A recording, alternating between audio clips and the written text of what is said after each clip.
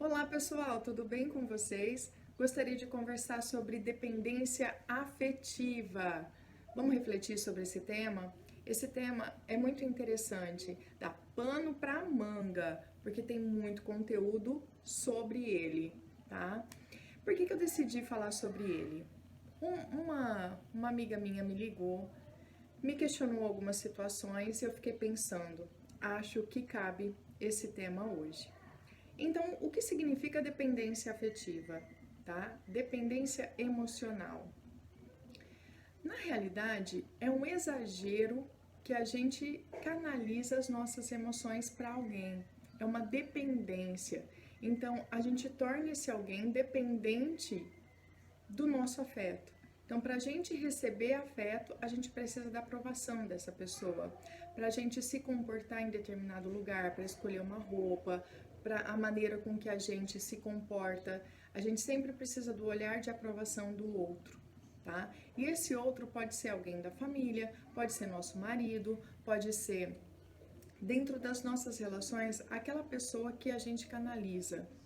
Dentro do ambiente de trabalho, a gente também encontra a dependência afetiva, a dependência emocional. De que forma? Sempre levando o colega junto para ir ao banheiro, para almoçar, para conversar, aquela grau de afinidade que acaba se tornando até uma relação simbiótica. O que é uma relação simbiótica? Onde se mistura um e o outro, você não sabe onde começa um e começa o outro. O trejeito começa a pegar, os tiques, o jeito de pensar, um começa uma frase, o outro termina. Por quê?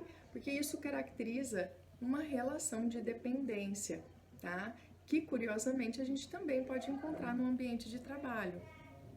Então, como que a gente resolve, né? E fica de alerta para identificar os sintomas dessa dependência emocional. Um desses sintomas é a exigência de atenção. Então, sabe aquela pessoa que sempre interrompe o que a gente está falando porque ela precisa e tem necessidade de conversar primeiro? Ela exige sempre a nossa atenção, ela tem um ciúme exagerado dos nossos relacionamentos, de quem a gente convive, tá? Pode ser alguém da família, pode ser outra pessoa do trabalho. Então, uma relação a três já é um problema para esse tipo de pessoa, né? Porque precisa ter mais pessoas ao redor.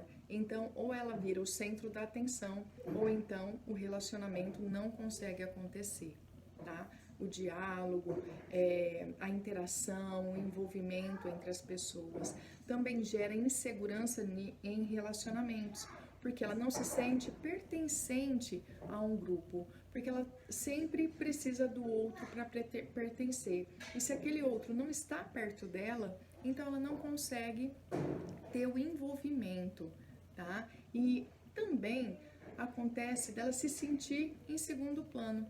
Quando ela se sente em segundo plano, então o que acontece nessa relação? Ela acaba se sentindo insegura. Dentro do trabalho, se ela não consegue essa atenção, ela começa a se procrastinar, que é outro tema que a gente pode trabalhar depois. Então, olha só quantas situações pode acontecer por uma dependência emocional. E ela surge da onde, Patrícia? A dependência emocional, ela surge também na infância. Olha só que interessante. Na educação que a gente recebe, que ela pode ser muito rígida, ou também o extremo, que é a falta de atenção, né? Então fica naquela de mendigar a atenção. Então por isso que os extremos dentro de um relacionamento, para ser construído, ele não é saudável, tá? Então por isso que a gente precisa sempre estar ligado nessas educações que a gente dá enquanto mãe e pai. Ah, Patrícia, mas eu já sou um adulto e eu percebi que eu possuo essa dependência emocional agora que você está dizendo. O que eu faço? Primeiro ponto importante é esse: identificar que você tem a dependência emocional. Segundo ponto, como a gente pode desenvolver? Através da inteligência emocional. Então, são questionamentos mentais que a gente precisa fazer para dar alusão. Por que eu preciso do outro para poder ir ao banheiro? Por que eu preciso da aprovação do outro para colocar a roupa que eu acho que fica bonita em mim? Então, evitar a opinião do outro e dar mais valor para a sua opinião, para os seus valores. Com isso, você vai elevando a sua autoestima e, consequentemente, vai fazendo o quê? Criando a sua própria independência emocional, tá? É um processo que também pode precisar contar com ajuda terapêutica ou psicológica, tá? Então precisa realmente identificar, e a pessoa que mais tem condição de ajudar vocês é realmente um profissional de psicologia, tá bom? Mas eu gostaria que vocês pensassem o seguinte: tudo tem tratamento, tudo que eu consegui identificar já é meio caminho andado, isso é muito bom. Então o que eu preciso fazer? A partir do momento que eu identifico, é me questionar, é ver o grau que essa dependência, que essa afetividade, ela é prejudicial para mim, para minha vida. Então, questionando, já tendo a luz na minha consciência, já é meio caminho andado. O percurso desse caminho, quem vai conseguir realmente te auxiliar é o psicólogo. Mas eu também consigo fazer isso sozinho, Patrícia? Sim, vai demandar mais tempo, mais energia e vai ser mais difícil. Vamos colocar assim. Então, se a gente puder contar com um profissional de psicologia para nos ajudar, vai ser muito bacana, tá? Bom, eu espero que vocês tenham gostado. É algo realmente assim para a gente pensar.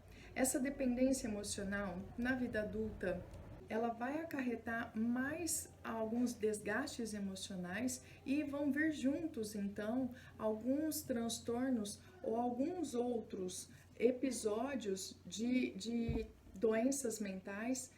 Por quê? Porque nunca vem sozinha uma situação, ela sempre vem acompanhada de outras. Então, antes da gente deixar eclodir algum transtorno mental ou alguma doença mental, é preferível então a gente identificar e tentar corrigir isso, tá? Não é um processo, como eu disse, fácil, mas eu acredito que a melhor solução é a gente se autoconhecer. Por isso que a ideia de montar esses vídeos, para que a gente consiga se auto-perceber, se autoconhecer e principalmente se desenvolver. Eu acho que esse é o mais legal da nossa vida, a possibilidade da gente se reconstruir a partir daquilo que a gente vê como limitante na nossa vida, como algo que realmente pode ser temeroso pra gente, tá? Espero que tenha feito sentido para vocês. Se vocês gostaram, curte aí, comenta, tá? Compartilha, espalha o conteúdo bom, tá bem? Muito obrigada! Até o próximo!